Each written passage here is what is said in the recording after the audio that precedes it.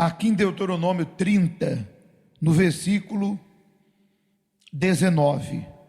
Antes de nós meditarmos, nós acompanhamos nesse vídeo aí que fala que Satanás sabe que pouco tempo lhe resta.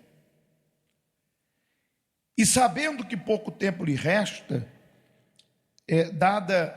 dado o projeto de Deus, que é redimir a sua igreja, ou seja, buscar o seu povo, enfim, e logo depois virá a grande tormenta, e logo em seguida o juízo, quando será lançado no grande lago de fogo a morte, o falso profeta, enfim.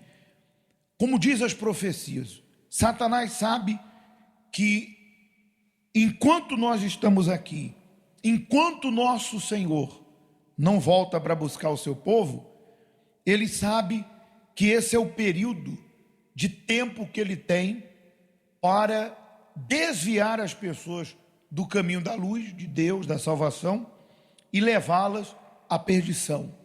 E aquelas que já estão perdidas, impedi-las, de alguma forma, de se redimir e se arrependerem e voltarem para Deus, ou aqueles que nunca o tiveram, de se converterem. Ele sabe que esse tempo, pouco tempo lhe resta, porque os sinais, conforme nós acabamos, estou fazendo uma introdução aqui, conforme nós acabamos de ver, os sinais dão evidência da volta do Senhor a qualquer momento. Muito bem.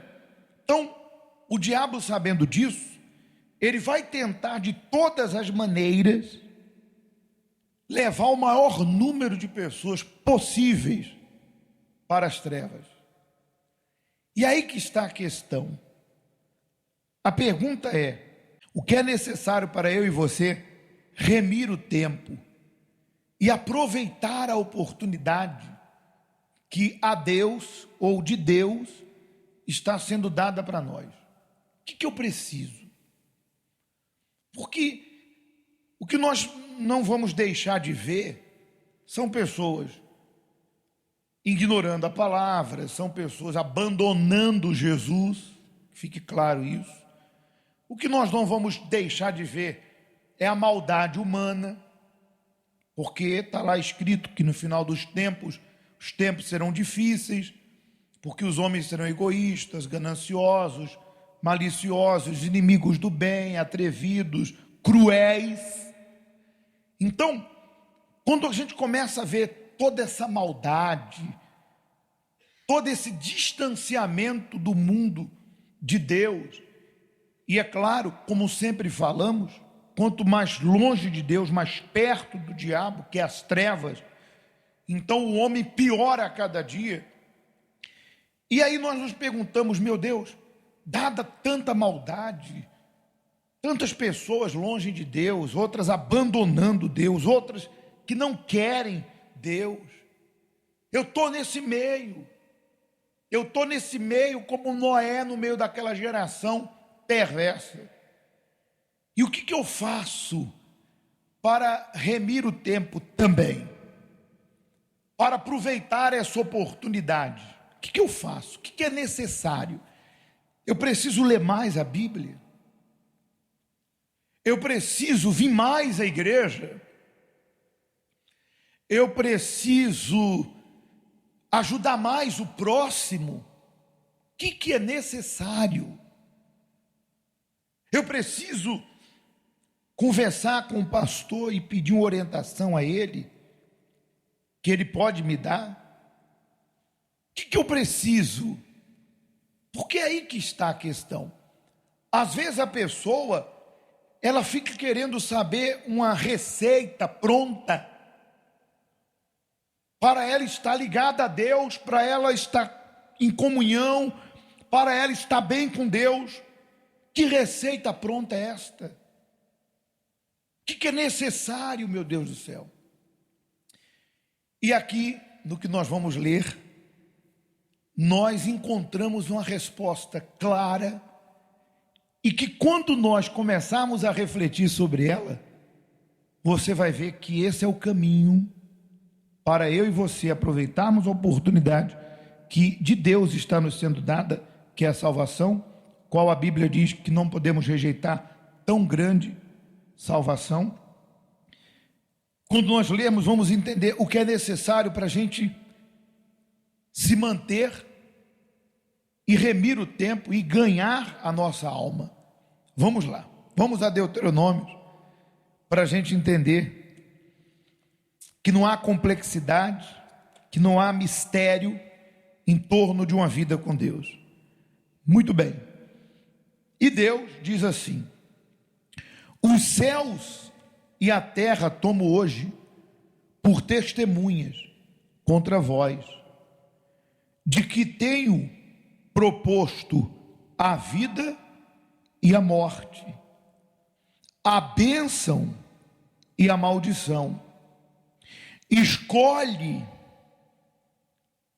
Deus diz, escolhe, pois, a vida, para que vivas tu e tua descendência, amando o Senhor, teu Deus, dando ouvidos à sua voz e chegando-te a Ele, pois Ele, o Senhor, é a tua vida e o prolongamento dos teus dias, para que fiques na terra que o Senhor jurou a teus pais, a Abraão, a Isaque, a Jacó, que lhe havia de dar. Muito bem, nesta palavra de Deuteronômio, Deus nos mostra claramente o que é necessário para todos nós salvarmos a nossa alma e vivermos aqui na terra debaixo do amparo, debaixo da providência, porque Deus é provedor. O que é necessário? Uma escolha. É necessário nós fazermos a escolha. Veja que não tem mistério. É a escolha. Só que aqui é tão forte, se a gente começar a refletir, Deus respeita tanto o meu livre-arbítrio, o teu livre-arbítrio, o nosso direito de escolha, que mesmo Deus sabendo o que é bom para mim e para você, Ele não vai escolher isso, porque é um direito seu, é um direito nosso. Presta atenção, ouça, é um direito nosso. Porque pense comigo, se Deus sabe o que eu preciso, se Deus sabe o que é necessário, por que então Ele não escolhe por mim? Porque isso não é o papel de Deus, e tampouco o direito dele, e nem o dever dele. Ele deu a cada um de nós o direito de escolha. Ele diz, olha, é vida e morte, é bênção e maldição. Eu te aconselho a escolher a vida, para que vivas. Mas a escolha é nossa. E é aí que a gente começa a pensar. Quantas pessoas, meu Deus do céu, que elas entram por aquelas portas, elas ouvem o que todos ouvem. Vamos ser mais claros, tem alguém sentado do lado dela, à direita, à esquerda, à frente e atrás, que ouve o mesmo. Aquela pessoa escolhe ser fiel, aquela pessoa escolhe descer às águas, sepultar a velha criatura, aquela pessoa escolhe buscar na palavra, ela escolhe manter uma comunhão com a oração, ela escolhe jejuar para mortificar a sua carne e fortalecer seu espírito. Ela escolhe abrir mão de coisas e pessoas que lhe distanciam de quem? De Deus. Ela escolhe abrir mão de companhias que não são boas. Ela escolhe perdoar. E conforme ela vai descobrindo na palavra, conforme ela vai recebendo do altar, porque Deus fala, Ela come aquilo, por isso que a Bíblia diz: bem-aventurado quem tem fome e sede. Ela come aquilo. Opa, mais uma coisa que eu descobri, eu vou fazer. Então ela escolhe, e as escolhas vão alterando a vida dela, vão mudando a vida dela. Ela se liberta, porque não tem como eu me entregar para Deus e não haver dentro de mim uma experiência com Deus. Lembra que o próprio Jesus disse: se estiverdes em mim, eu em vós, pedireis o que quiser e será feito. Aquele que está em mim e eu nele, esse dá muito fruto. Tornai a mim, eu tornarei a vós outros. O Senhor estará convosco quando vós estás com ele. Ah, mas o diabo me odeia. O problema é dele. Ele não pode mudar Deus, ele não pode mudar a palavra, ele vai ter que engolir. Ah, mas fizeram um bruxeto contra mim. E você acha que o que está comigo e aquele a quem eu me entrego é inferior, está abaixo da maldição que te jogaram? Eu estou escolhendo a vida. Lá me importa de onde eu vim, como eu vim, se eu fui amaldiçoado quando criança, se eu fui praguejado, se me entregaram a minha alma para o demônio, se eu, por cegueira próprio, me entreguei para o diabo. Já nenhuma condenação há para aqueles que estão em Cristo. Isso é passado. Estou remindo o tempo. O diabo não tem como me parar. Ele não tem como impedir com que eu mude de dentro para fora. Ele não tem como mais habitar no meu corpo, porque a casa que ele habitava foi limpa. O que Jesus disse? Vós estáis limpo pela palavra que vos tenho dito. Então eu comecei a obedecer, usar a minha fé. Senhora, senhor, é igual você fazer uma faxina, aquela faxina na casa onde tu limpa tudo. Tem como a sujeira ficar? Tem como o diabo ficar? Ah, mas ele quer, problema é dele. Ele vai arrumar outro lugar para ficar, porque minha vida já não é morada dele. É fácil entender, gente. Não tem mistério. Minha vida vai começar a mudar dentro de mim, porque emocionalmente, espiritualmente eu estando bem, emocionalmente, psicologicamente eu mudei. Eu me libertei de ideia, de crença, de passado, de trauma. Eu sou outro. Por que você acha que pessoas que são violadas da infância, que não conseguem conviver com as pessoas que têm trauma de homem, que vivem uma vida de complexo, hoje são casadas, realizadas? Você acha que qual foi o tratamento que resolveu o problema dela?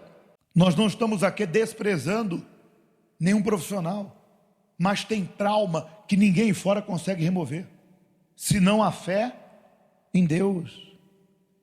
Existe trauma que só a fé em Deus tira. Como que você acha que aquela pessoa conseguiu ganhar tempo para resolver aquilo? Se há 15 anos, meu Deus do céu, há 20, 30 anos, ela estava escrava daquilo, em meses, ela é outra. Ela conseguiu remir o tempo, gente. Onde é que está o bicho de 7 cabeças? Onde que está a dificuldade? Mas tem 2 pessoas sentadas na igreja. Uma ouve, obedece, pratica, escolhe. A outra gosta da oração, gosta do pastor, gosta do ambiente, sente-se bem, mas não faz a escolha certa. Tolera o pecado, convive com o erro, ignora a palavra e pensa dentro dela o seguinte: por eu estar ali na igreja, já é uma grande coisa. Não é. Porque fé sem obediência não funciona. Aí, aquelas 2 criaturas, eu quero que você pense comigo. Uma vai evoluir, uma vai progredir. De repente, aquela que se entregou vai receber o Espírito Santo, com certeza. Daqui a pouco ela está ajudando outras pessoas. E aquela outra que de repente tem mais tempo que ela de igreja, vai se perguntar: por que que eu não consigo? Por que que eu não avanço? Por que que eu não consigo o que ela conseguiu? E aí começa a transferir essa deficiência do não conseguir para coisas e pessoas. Ah, é o meu marido, porque ela não tem o problema que eu tenho no casamento. Parabéns. Ah, não, o problema é porque ela não passou pelo que eu passei.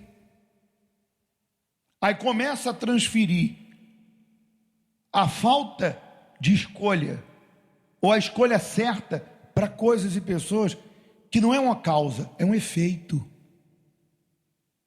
Existem situações na nossa vida que não é causa, é efeito.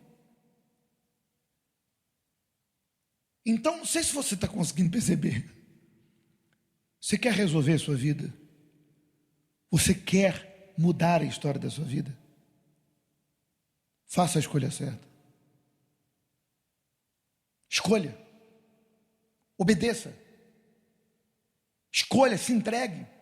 Ah, mas eu tenho que abrir mão da minha vontade, eu tenho que perdoar. Aí que mora a escolha. Ah, mas o que vão falar se eu assumir minha fé? Escolha. E é aí que você vai ganhar tempo. Porque tua vida vai avançar. Tudo para você vai avançar. Espiritualmente tu vai avançar. Emocionalmente tu vai avançar. Na família tu vai avançar. Tu vai dar fruto para tudo que é lado. E o diabo? O diabo já está derrotado debaixo dos seus pés há mais de 2022 anos atrás. E quem não gosta de mim? Problema. O que você pode fazer? Nem Jesus agradou todo mundo. Nem eu agrado todos. E você acha que eu estou preocupado com quem não gosta de mim? Eu faço a minha parte. Mas o que não vai faltar nesse mundo são pessoas descontentes com elas mesmas e que vivem tão mal com elas mesmas que não conseguem conviver com ninguém. E o que eu posso fazer? Mas a sua escolha pode mudar a sua vida hoje. Então, para fechar, para concluir, se você deseja avançar, a resposta para quem quer avançar é: faça a melhor escolha. Tome a sua decisão. Outra pergunta: o que hoje você precisa fazer diante de Deus que Ele tem pedido que você não fez? Ou o que nós temos que deixar de fazer diante dele que Ele já pediu para deixarmos de fazer isso e que você não deixou? Então a escolha é a melhor maneira de remirmos o tempo e fazermos com que a nossa vida ela possa avançar em tudo. Deu para perceber, gente? Deu para entender? E é sobre essa palavra que nós vamos fazer uma escolha agora. Qual? Nós vamos falar com Jesus. E nós vamos fazer a escolha de confessarmos os nossos pecados. Eu penso que durante todo o momento que pregamos, você já refletiu. Porque a pregação já leva você a pensar. Agora é a hora de você agir. Você vai confessar. Você vai vomitar para fora aquilo que você sabe que você ainda não decidiu fazer a escolha que Deus pediu para você fazer. Você está em cima do muro, dividido, dividida. E é por isso que Deus quer mudar a tua história. Ele não pode. Ele quer habitar dentro de si, na pessoa do Espírito Santo, e Ele não pode. Não que Ele não queira, que Ele não seja poderoso, porque Deus é santo. E para Ele habitar em alguém, aquela tem que se separar para Ele. Mas isso é um outro assunto. Se você confessar e dizer: meu Deus, me ajuda, porque tudo que o teu servo está falando eu sei, mas eu ainda não tomei essa decisão, eu não tive a coragem para isso. Me ajuda, me dê forças para que hoje eu decida perdoar, abrir mão de coisas, contrariar a minha carne, porque contrariar a sua carne é uma escolha. Se dedicar a Deus é uma escolha. Então, sobre essa palavra, nós vamos nos derramar diante de Jesus. Amém?